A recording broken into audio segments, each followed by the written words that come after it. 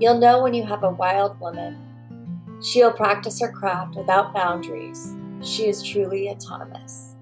Her loyalty is only to the family she serves, a midwife who will not allow herself to be held back by a system she didn't create. This podcast is for the birth keepers who want to grow and change.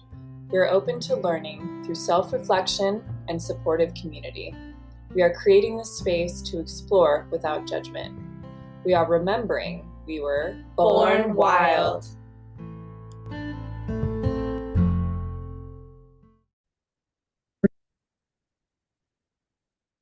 Hello, everyone. Welcome back to the Born Wild podcast. I'm one of your hosts, Sophia, and today I have an extra special guest, our student Carissa, who is going to talk to you about placentas. So I'll just hand it right over to you to introduce yourself to anyone who possibly doesn't know you yet.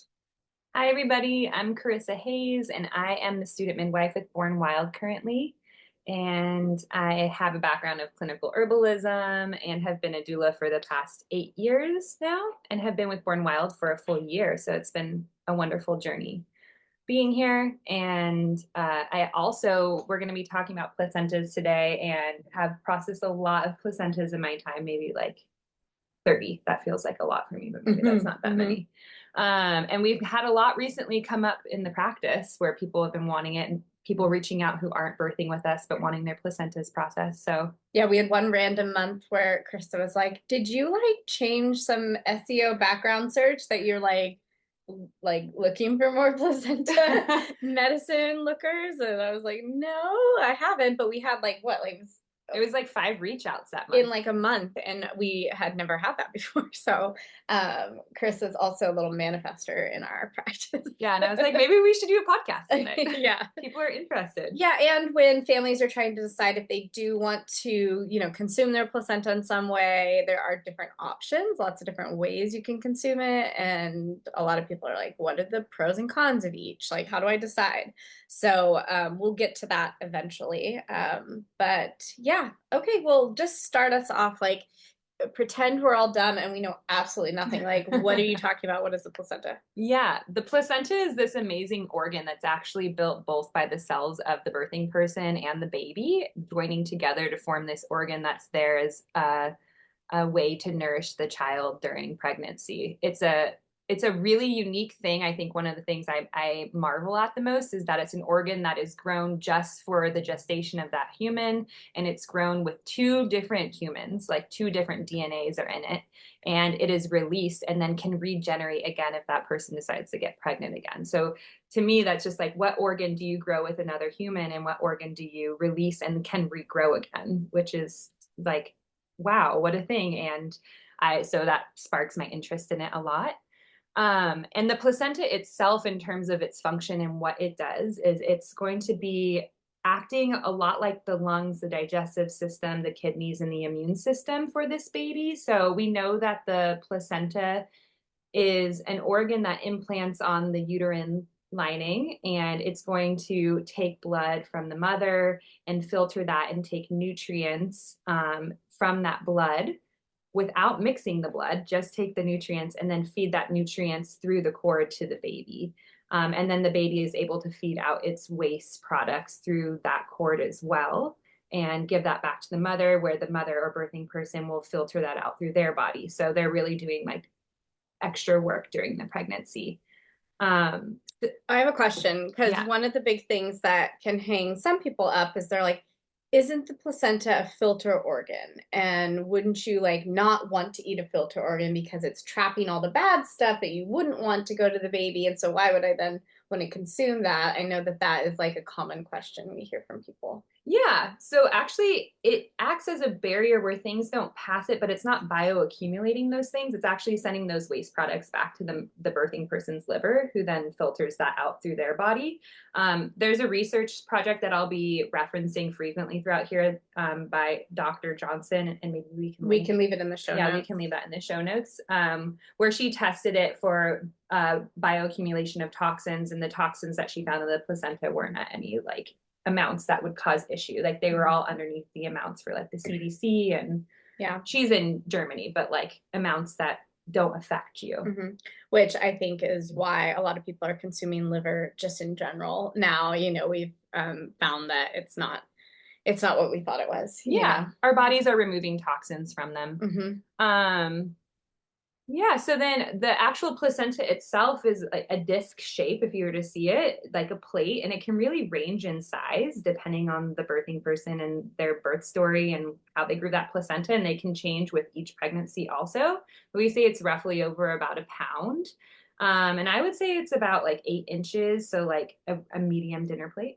Yeah. And it comes out looking one side, so the mother's side or the birthing person's side looks more like a scab, and is where the blood would pool in and filter in the nutrients to be transferred over to the baby. And then the other side looks like the tree of life. So the classic placenta print that people might see, it looks really beautiful and it's shiny. It's very lustrous and beautiful. Yeah, and it kind of goes hand in hand with the size of the baby. Like, not that you would have an 8-pound placenta if you had an 8-pound baby, but like an 8-pound baby's placenta usually would be bigger than a 6-pound baby's placenta, more or less. I actually didn't know that. Yeah, if you start to like look at them in comparison, like we're like, oh, tiny baby, kind of tiny placenta, And so sometimes if you have a big baby and a tiny placenta, you're like, whoa, what happened? Because that placenta is able to pull more nutrients to feed that baby almost. I guess we did just have a 10-pound, 6-ounce baby, and that was the biggest placenta I had ever processed. Yeah. It was like 360 capsules. Yeah.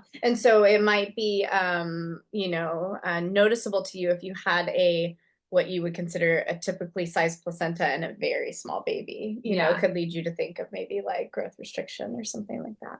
Totally. Yeah, so there's this conversation we've been having in our like, we do a placenta tour at the end of the birth and go over it with the birthing people in the family in case they want to know more about their placentas. And we were talking about the genes of what controls the placenta. And it's really interesting. So the father's genes, the sperm, is really responsible for how big that placenta gets. And then the mother, the birthing person that it's growing inside of, is responsible for restricting the growth of that placenta. And so the reason why is there's like some idea that like, battle of the sexes is like the subtext that people say that the males are trying to get as big of a placenta as possible to make more nutrients for that offspring and more likelihood that they'll survive. And then the female's body that's carrying that is like in this piece of like, how much nutrients are you going to give to this baby while also maintaining your own health and vitality, because it can be very draining if you're giving too much nutrients to that baby. So that's kind of the two different genes that are at play there. Interesting. Yeah. Is there anything else about the baseline of the placenta? Not that comes to mind. Oh, this is one thing. So the actual placenta has the cord that comes out of it, and that cord is attached obviously to the belly button that we all have. Like, that's where we were connected to our birthing mothers. And that umbilical cord has 2 arteries and 1 vein, meaning arteries is bringing in oxygenated blood, and 1 vein that's bringing out the carbon dioxide and the waste back to the birthing person to filter. Sometimes there can be 1 artery though, and that, is there a name for that? Single artery. Single artery. It's super fancy. So fancy. Took them weeks to come up with it. At least it's not named after a white male. Right. So I'm grateful for that.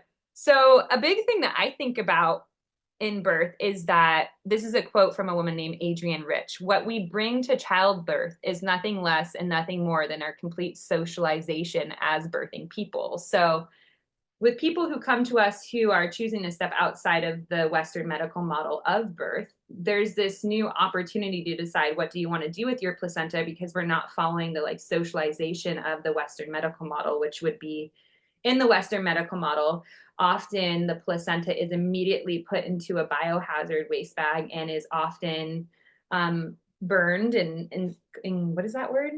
Where you burn something, incarcerate? Incinerated. Incinerated, thank you. Sometimes it's incarcerated at pathology, though. Yeah, they'll hold it. And it's something that's considered a bio-waste. So it's not really something that is like given an opportunity to look at or spoken about. It's really like hidden and taken with the rest of the blood.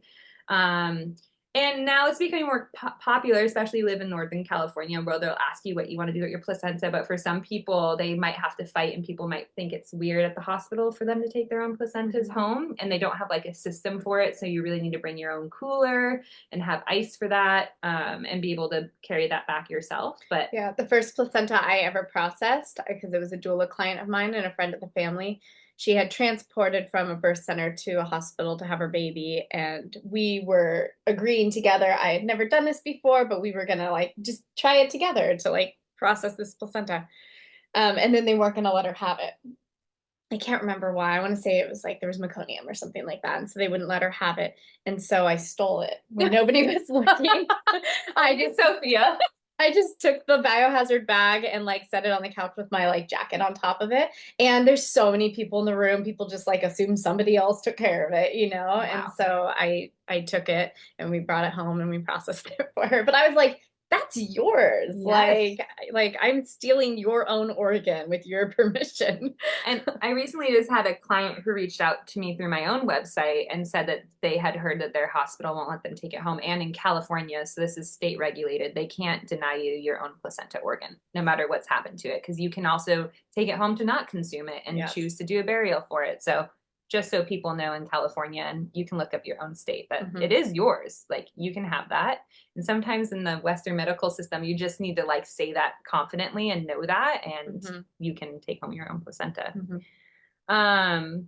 Yeah. The other, like, I think I'm like kind of curious if this is more gossip, but there is this conversation that's gone around that the placentas have been being sold for stem cells in hospitals. And like, I couldn't really find that much research that's like validating or invalidating that. But like, it is something interesting to ask them, like, what are you going to do with my placenta if you keep it? And it was a thing in European countries where there was like hospitals in France that were selling other people's placentas without their consent, which is just like an interesting piece for them to be doing. Did you find any information about like how often it gets sent to pathology, like the reasons why, or anything about that? I didn't actually. Do you have any information on that? I mean, I would just assume if there's like anything abnormal, a little bit abnormal, like the size of the baby, or there's meconium, or anything that could be related to the placenta, like preeclampsia, you know, that they might send the placenta, or if it was retained or anything like that, they might send it to pathology. And just so everyone knows, like that is also something you can refuse if you choose to, because once it goes to pathology, it's highly unlikely you can consume it because it will be contaminated with formaldehyde. So, wow. Yeah. Have you had clients that had their placenta like that went to pathology? Yes. Wow. Yeah. Yeah. So just like, it's good to have somebody, if it's important to you, who like their job is to like keep an eye on the placenta, you know, so that somebody doesn't like accidentally take it away, you know, like, oh, I didn't know that you guys had declined that or whatever, that like their job is to like have eyes on placenta, especially with like a cesarean, because not everybody is in the room, you know, and so just like reminding everyone that it's staying with you. Yeah, be strong about that and repeating it so you have that. Yeah, and so if you're an individual who's on the edge of changing, like you could be birthing at a hospital for whatever reason you're choosing that, but you know you want to keep your placenta and you're like, what can I do with it? What are the options? I'm going to just go over other indigenous cultures that have different relationships with the placenta as a way to inspire. Like there's different ways to interact and relate to this organ than the way our culture does. So in Maori, they bury the placenta to emphasize the link between the baby and the earth. So they want that child to be linked to the earth realm. So they'll actually like, that's the intention of burying that placenta. Then we have the Nepalese, who think the placenta is the baby's guardian, and they actually want to give it proper burial rites because the belief is that that placenta grew that baby in the womb and they were like siblings of sorts. And then once you give it a proper burial, that placenta then becomes a guardian in the other realm, like in the spirit realm. This is a common story. You can kind of see this is also true in Nigeria and the Igbo. They do a full funeral rites like they would for a beloved relative that's passed away. Wow. And they believe that the placenta is actually the baby's twin, that they are like in communion in there. Yeah, and then in native Hawaiian traditions, they will plant the placenta with a tree. So putting the placenta into the earth and planting a tree over it. this is a common ritual we see happening now as well.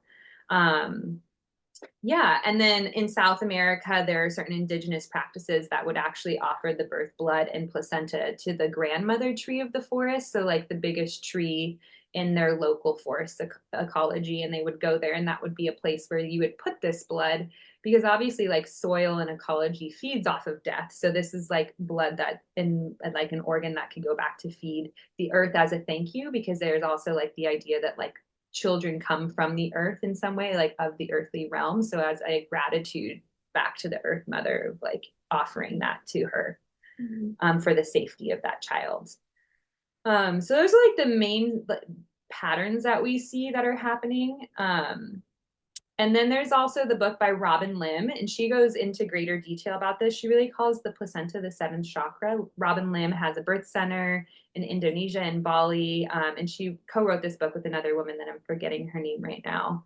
And yeah, so she really talks about how it's this chakra that is born for this child. And again, in Indonesian culture, what I've heard is like, how are you, is how is your placenta, where is it buried, and that everyone knows where their placentas are buried. So it's just a very different experience in our culture, where many of us don't even know what happened to our placentas when we were born. And so it begins to like stir up like, what would you want to do?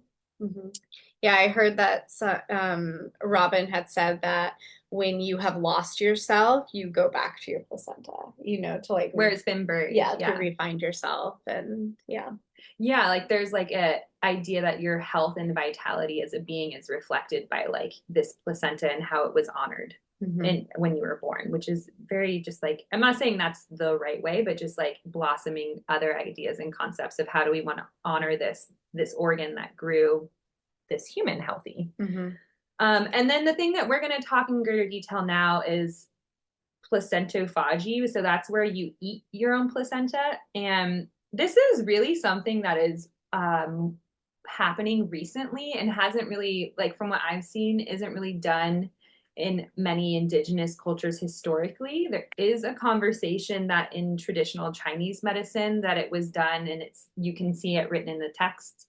But upon further research, right, this is like we hear that bit and we run with it. But if you do deeper research into that, it was actually never given to the birthing person to revitalize their energy. It was actually something that only a few really wealthy pharmacies would hold on to someone else's placenta and give it to mostly men for issues, I think, with lung and kidney issues. And it would be one part of a formula in very low dose.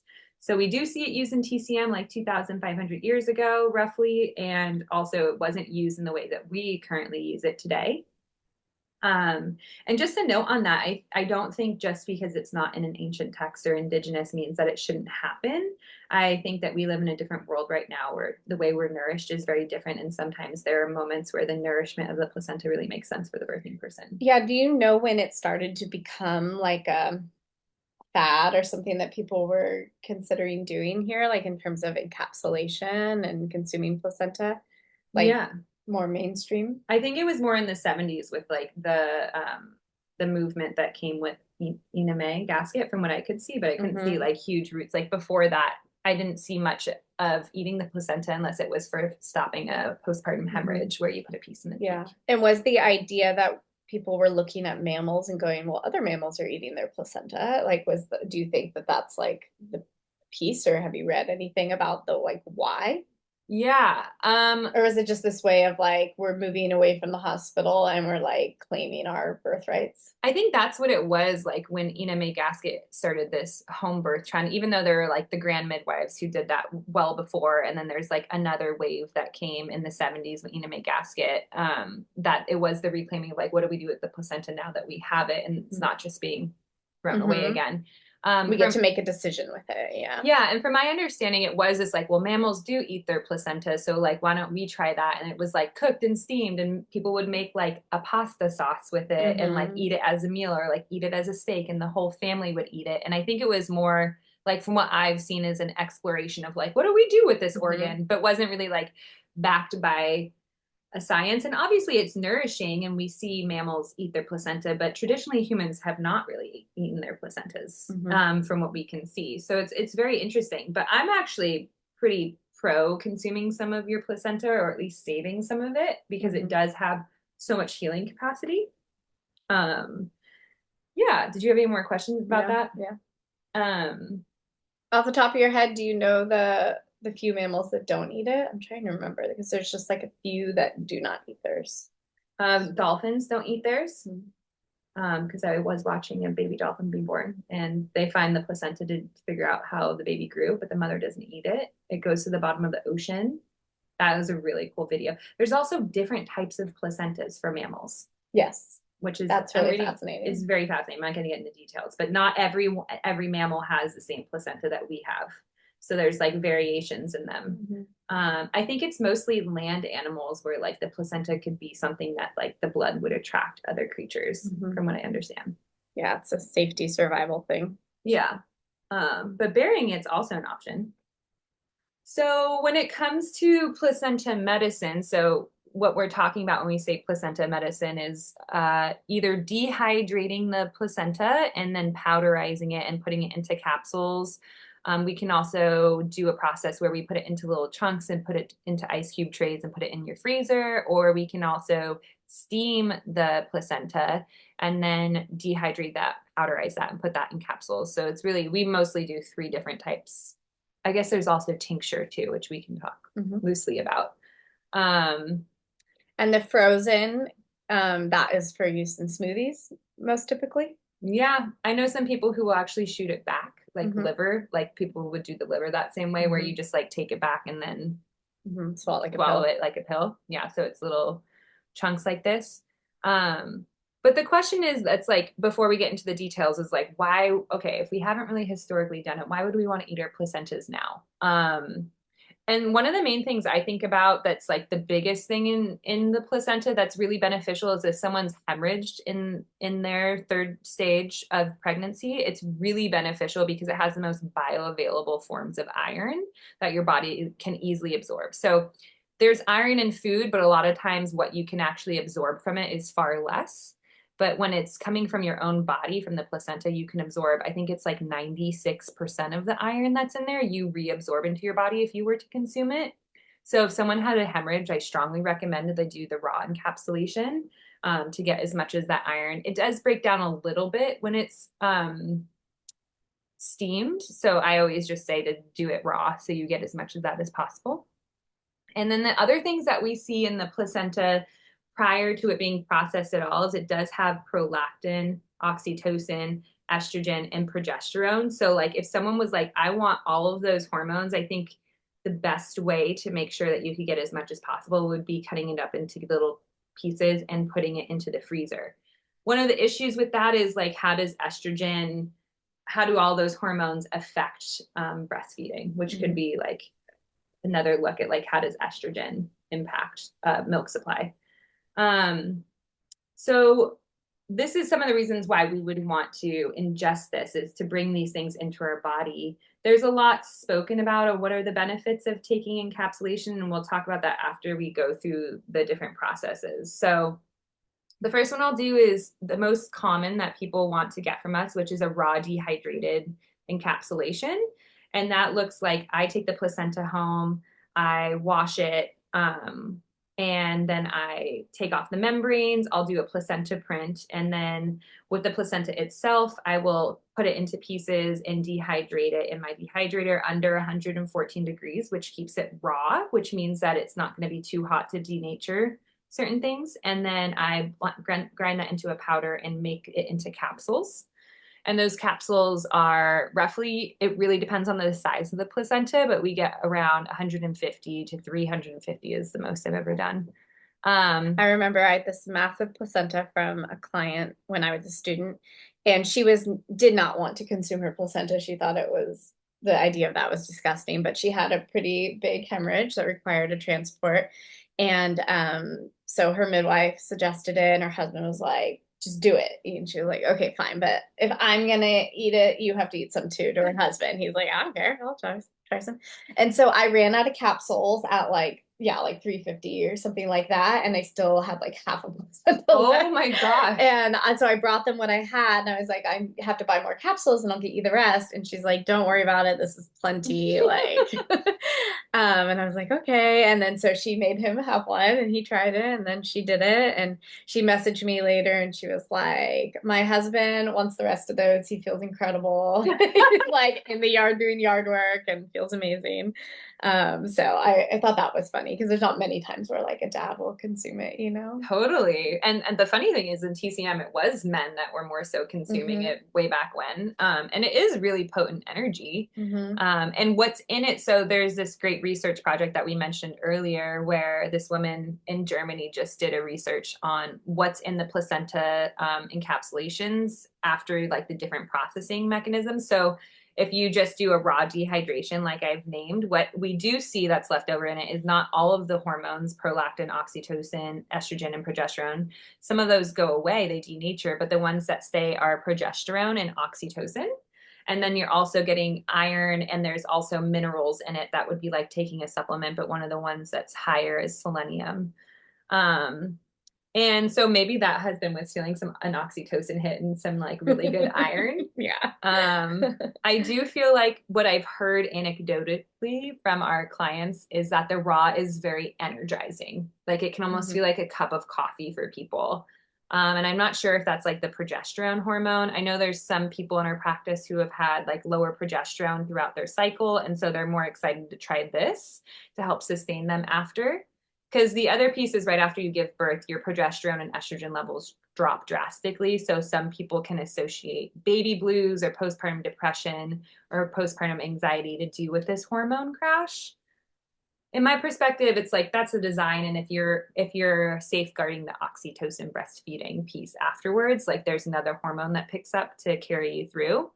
And if someone has fear because they already struggle with depression or anxiety, it can be a nice backup to have as just like a mental piece of like, okay, I am going to save my placenta and there's some of these hormones in there that can help stabilize me during this process if I feel like I might have the baby blues. I've had many clients who had one child and had postpartum depression and then saved their placenta with their second and like had no postpartum depression. So I do know that I'm not going to say it's a one size fits all, but there have been enough for me to be like, wow, it seems really beneficial for people to stabilize their moods. Yeah, when I was a student, the midwife I worked with, she had always told this story of a family of hers had the mom ended up having psychosis, like a really extreme form of postpartum depression, where she like wouldn't touch her baby at all, wouldn't be near her baby, had to be medicated. And they just had shared that with the midwife because they were pregnant with their second. They had their baby. I think consuming your placenta was like just starting to become like more mainstream, but the family, wasn't interested in doing that. But the midwife had kept the placenta. I think there was something unique about it that she wanted to show her students. And so when the dad called the next day after the birth to report that the mom had locked herself in her room and he was fearful that this was happening again, she got permission to process the placenta and got it to the mom, who took it and fully recovered and never had to be medicated or anything, and was always like, if anyone wants to talk to me or hear my story, I'm happy to share. And so obviously that's like a really dramatic, benefit anecdotally. But I would say most of the time what I remember hearing from when I process placentas is not really like noticing too much of anything, but if they stop taking it and then they take it again, they're like, oh, I really like, it's almost like you don't know what you feel like, because that's how, if you're taking it on a regular basis, it's just how you feel, versus if you stop taking it, and then you're like, oh, I noticed a shift. Especially moms who like didn't do it one time and did it for another pregnancy. They're like, oh, I noticed a difference. Yeah. And in terms of like how much you take, we normally recommend it's similar to like if any of you take beef liver pills, you start with 2 and work up to 6. And then because the raw encapsulation has been reported of being like coffee, like very energizing, I recommend taking them in the morning, just in case any of you are wondering about that. And yeah, In terms of the other process, which would be steaming it, which is traditionally called like the traditional Chinese medicine way. And the idea in TCM is that pregnancy is a really hot state, like you're growing things. So energetically, you're like producing a lot of heat by making lots of cells and growing a being. And then postpartum is energetically like very cooling. So in a lot of traditional Chinese cultures, they'll put like a fire underneath the birthing person's bed and keep that going. And the belief is like they need to stay warm. Otherwise, if they get cold, they get psychosis. So that's like their belief is like the psychosis can come from like the constitution of the body not being warm enough. So when they process, so like in this method within TCM, you would steam the placenta, so you're adding heat into the placenta itself, right? Because the steaming process makes it warming, and then you can add in ginger or cayenne or like a pepper, because ginger is very warming. If you drink a cup of ginger tea, it will make you flush, and same with like cayenne. So this is the idea that the digestive tract has slowed down and shut off during labor. So ginger is very supportive for turning on that digestive fire and starting to get that heat going internally. The thing that is true from this study that we keep referencing it is that once it is steamed, there are less hormones in it, even than the raw dehydrated. What I've heard from clients is that the steamed placenta is more calming, and you still get some of the iron from it, but you're just not going to get as much progesterone and oxytocin from the steamed version. And I've known some people to do like a 50-50, like half of it raw, half of it steamed. And I always recommend like start with the steamed. It's like a nourishing, healing, rejuvenating kind of medicine. And then you shift over to the more like energizing and uplifting and revitalizing. Totally. I actually most recently, like if people don't know, I'm like, why don't we just get both? And if this is your first baby, then you can try both methods and really see what feels good for you. And I like also if you end up liking one and not finishing the other, like you can always offer that to the earth if you want to, like you can give those capsules to the earth.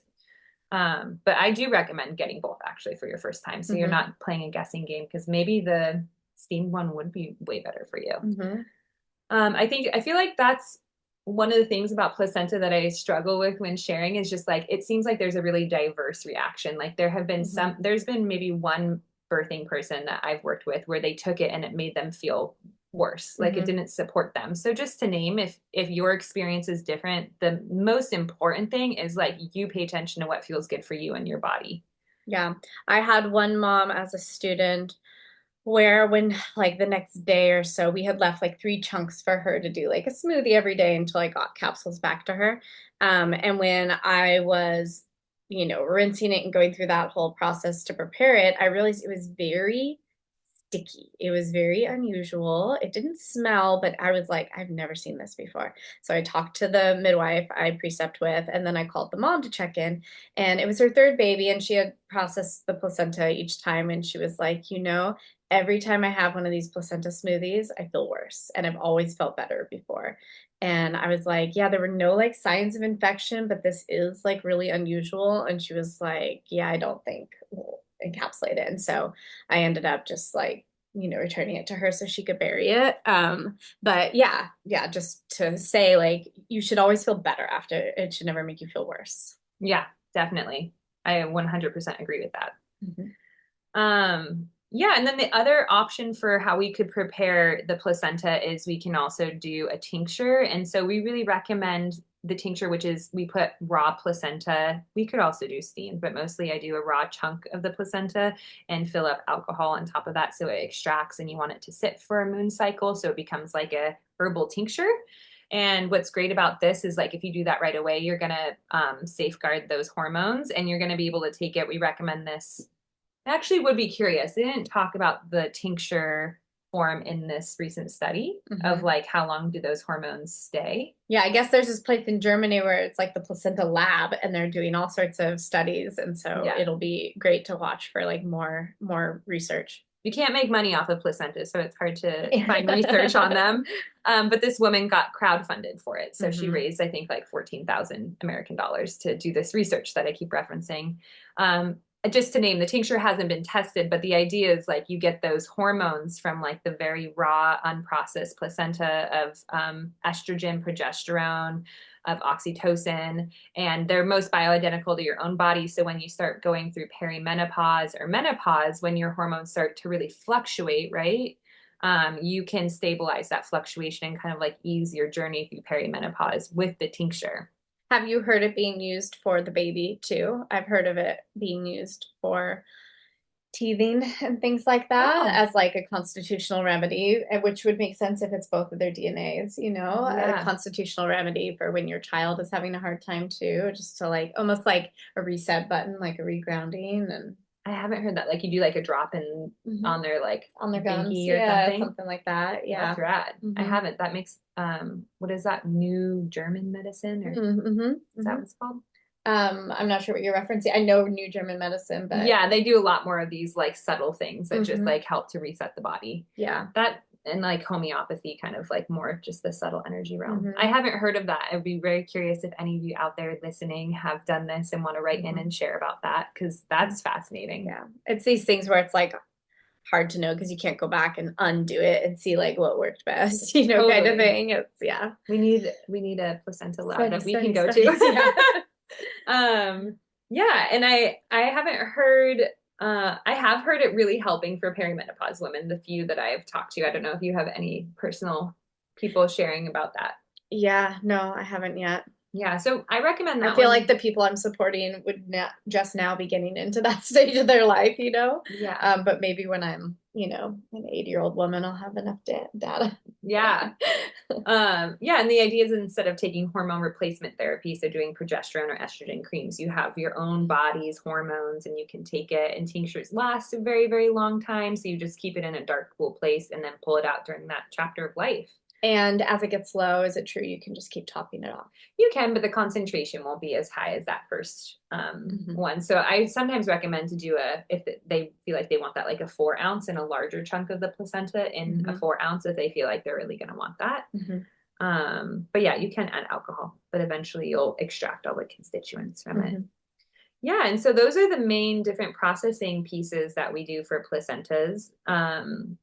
The other piece that we didn't talk about that I do offer, I'm really into like the ritual and spiritual component, and that there are ways to honor the placenta in terms of doing a burial, but just there are many doulas out there out in the world, postpartum doulas and whatnot, that actually offer like rituals to like hold that space with you. I know people, I like do one where we plant the placenta itself with a tree that's picked out for that child, and the idea is very similar to the ones we've been talking about. Is like that child has this tree that they can come back to. You obviously want to plant the placenta far enough down so the material doesn't like burn the roots, because when it's really high in nutrients you can actually kill a tree, because it needs to be broken down into smaller parts before the tree can absorb it.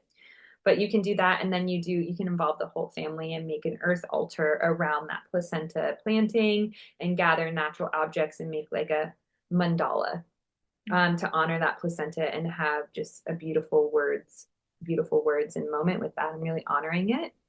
And that's a beautiful thing. And I also say you can do all of it. You can do raw, steamed, and save a piece of the placenta to plant. Like you don't have to choose one or the other. So that's also recently, I just had a client who hired me, and she's like, I want to do all of it. Like I want to be a part of each step. And I was like, that's awesome. Let's do that. Yeah, I've heard some people, you know, because a lot of times encapsulators will dehydrate the umbilical cord, and I've heard it called like a cord seed, and that they like use that to put back into the earth. Yeah, I do. When I do packages, it includes, I do 2 placenta prints, and then I do the capsules, tincture if someone wants it, and then also a cord keepsake. So that is a very common like package that people offer. Yeah, I think that's most of it. Will you touch on what you know about Lotus Birth, just because we're talking about placentas, you know, and that is a choice that some people make? Thank you for bringing that up. We, meaning Sophie and I, were just super blessed to be at a birth where there was, the family decided to do a Lotus Birth. So for those of you who don't know, The concept of the lotus birth is baby's born, placenta's born, and you don't actually sever the connection between the placenta and the child, but rather you salt the placenta to preserve it because it's obviously meat. So you're kind of making like placenta jerky so it doesn't decompose. And you put wonderful smelling herbs on it that are aromatic. So like rosemary and lavender and things like this that smell really nice. And that placenta stays attached to that baby until the cord naturally disconnects around about a week, right? Yeah, anywhere between like 4 days to a week usually. Yeah. And I don't know like the right way to do it. I haven't done a lot of research, but I have only had 2 or 3 families choose it, and one like every day or twice a day even like rinsed the placenta and resalted and herbed it, and the other family just like kept salting and herbing it like as needed kind of thing.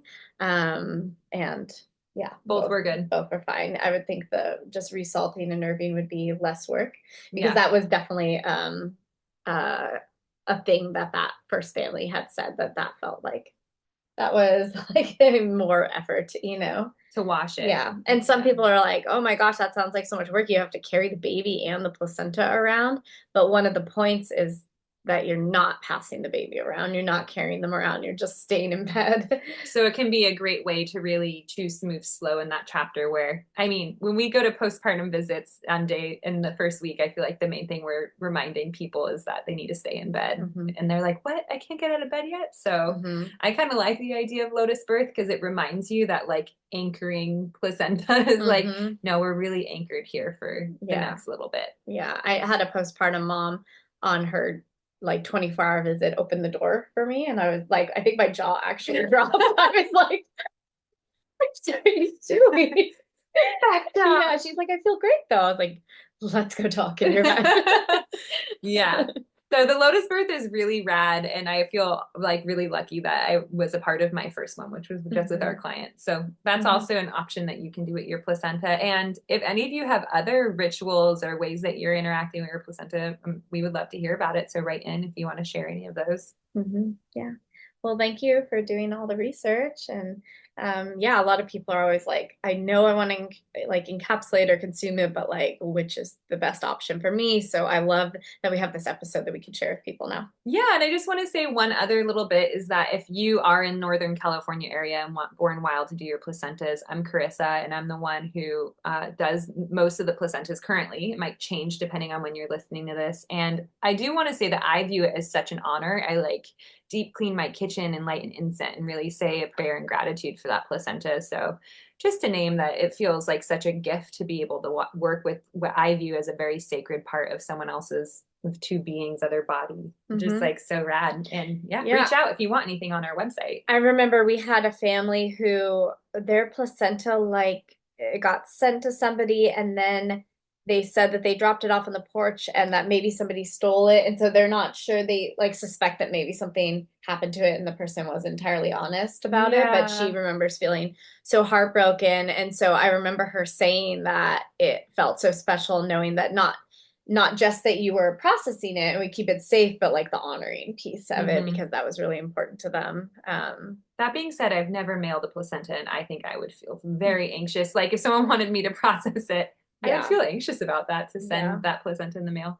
Because what if it didn't make it there? I know. That would you can't redo that. Nope.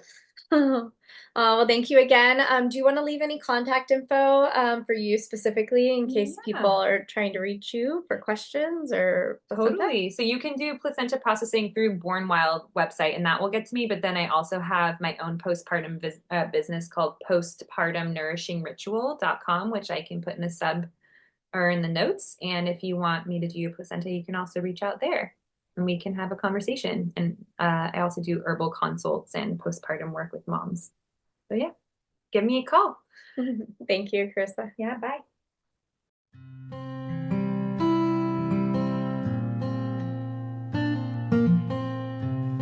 Thanks everybody for listening. You can find us at Born Wild Podcast on Instagram.